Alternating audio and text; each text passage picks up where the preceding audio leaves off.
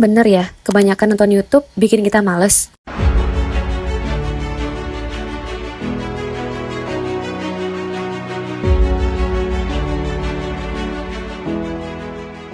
Ingin bimbel dengan belajar materi level basic hingga advance dan bersama chassis lainnya? Yuk ikut bimbel reguler offline. Promo terbatasnya, klik link ini ya.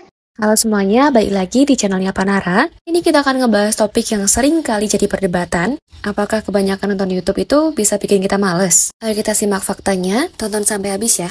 Fenomena nonton YouTube dan juga produktivitas itu sangat-sangat ngaruh banget. YouTube saat ini tuh jadi salah satu platform hiburan utama bagi banyak orang di seluruh dunia. Bahkan ada yang bilang YouTube itu lebih dari TV. Kamu juga termasuk orang yang mikir gitu nggak? Tapi sering banget muncul pertanyaan, apakah kebanyakan waktu yang dihabiskan untuk nonton YouTube itu punya dampak negatif? Jawabannya belum tentu juga.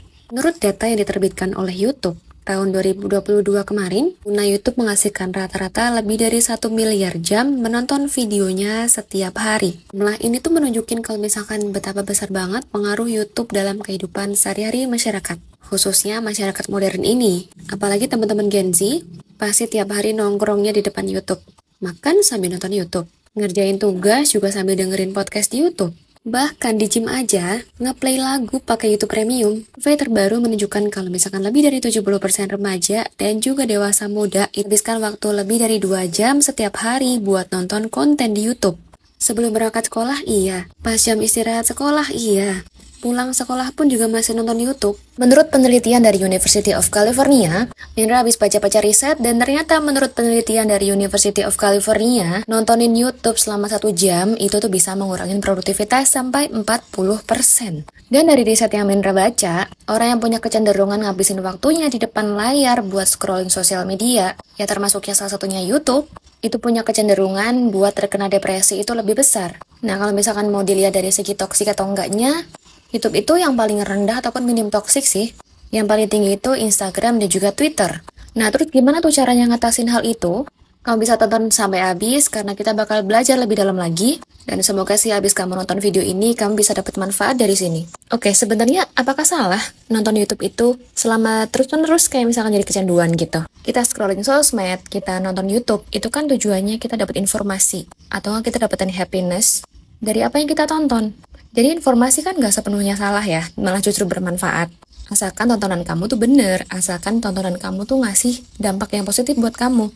Nah, jadi salah kalau misalkan kamu tuh menggunakan media sosial jadi pelarian. Punya kehidupan yang nggak seru, nggak ada interaksi nyata di dunia nyata, olahraga kayak organisasi, ketemu banyak orang, dan akhirnya kamu malah terjebak di sosial media, scrolling, deep scroll, sampai nggak tahu sampai berapa waktunya udah dihabisin buat nonton di situ. Nah, itu yang jadi salah. Nah, sering banget tuh kita tuh ngalihin perhatian kita dan juga pemborosan waktu. Itu merupakan dampak utama ya dari kebanyakan nonton YouTube. Seringkali tuh kita bisa kayak kejebak gitu dalam nonton video secara berurutan, apalagi kalau ada part-partnya. Dan ujung-ujungnya kita tuh jadi lupa sama tugas real life kita.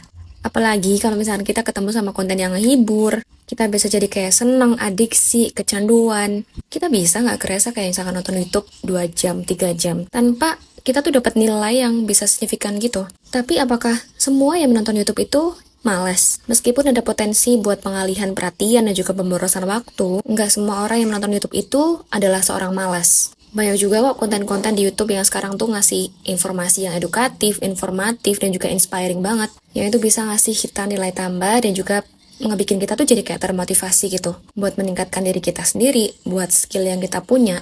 Oh ya, terus nggak sedikit juga orang-orang di sekitar aku itu justru banyak belajar dari YouTube. Dapetin info yang bermanfaat. Jadi semuanya tergantung kebijakan kita dalam menggunakan sosial media.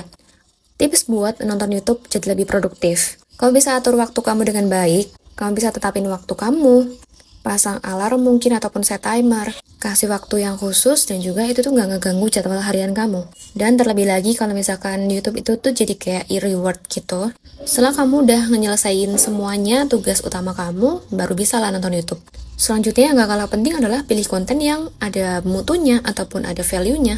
Pilih konten-konten yang nambahin value kamu, ya kayak misalkan tutorial, konten-konten edukatif, seminar, vlog yang ngasih inspirasi, dan kamu bisa kasih tujuan yang jelas kenapa kamu mau buka YouTube.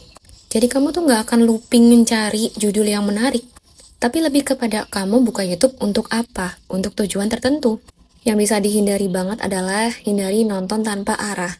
Karena UI UX design di YouTube ataupun di sosial media itu akan disempurnakan ataupun akan dibikin kamu tuh ketagihan, kecanduan, dan juga nggak akan keluar dari sosmed itu. Memang didesain seperti itu. Jadi kunci utamanya adalah bijaklah dalam bersosial media. Hindari konten-konten yang ngebikin kamu kayak ngerasa insecure, rendah diri.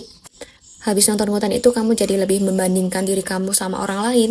Jadi bijaklah dalam bersosial media. Kesimpulannya, apakah kebanyakan nonton YouTube itu bisa bikin kita males? Jawabannya ya nggak mutlak. Tergantung sama bagaimana kita ngelola waktu dan juga ngelola konten yang kita konsumsi setiap harinya. Kalau misalkan kita punya kesadaran atas kita lagi ngapain, kita lagi nonton apa, ya otomatis kita akan lebih terkontrol. Pilih konten-konten yang memberikan kamu manfaat lebih, salah satunya di sosmed Yapanara ini, karena kamu bakal dapat informasi mengenai kedinasan, TNI, Polri, dan gak jarang juga kita kasih promo-promo menarik buat kamu. Dan terima kasih udah nonton sampai sini, sampai jumpa di konten lainnya.